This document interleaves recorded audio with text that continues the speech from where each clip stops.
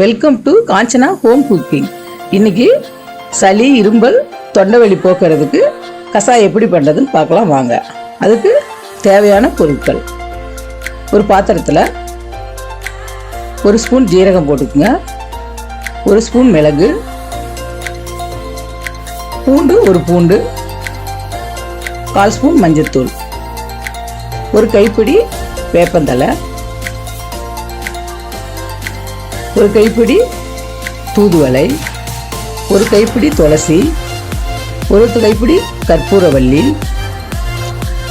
1 தண்டு பப்பாளி இலை, 5-6 ஆடாதொடை இலை, 5-6 வெத்தலை, சிறிதளவு சிறியானங்க இலை.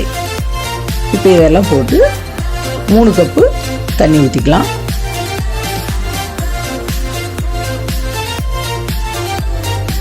இப்போ மூடி போட்டு இப்போ நம்ம அடுப்பில் வச்சிடலாம். 10 நிமிஷம் ஃபாஸ்ட்டாக வைங்க, 15 நிமிஷம் ஸ்லோ ஃப்ளேமில் வைங்க. இப்போ ரெடி ஆகிடுச்சு கசாயம். பாருங்கள், 3 டம்ளர் ஊற்றணும், 1.5 டம்ளர் வந்துடுச்சு, போதும். இப்போ எடுத்து வடிகட்டி லைட்டாக வெதன்னு இருக்கும்போது குடிக்கலாம். இப்போ வடிகட்டிக்கலாம்.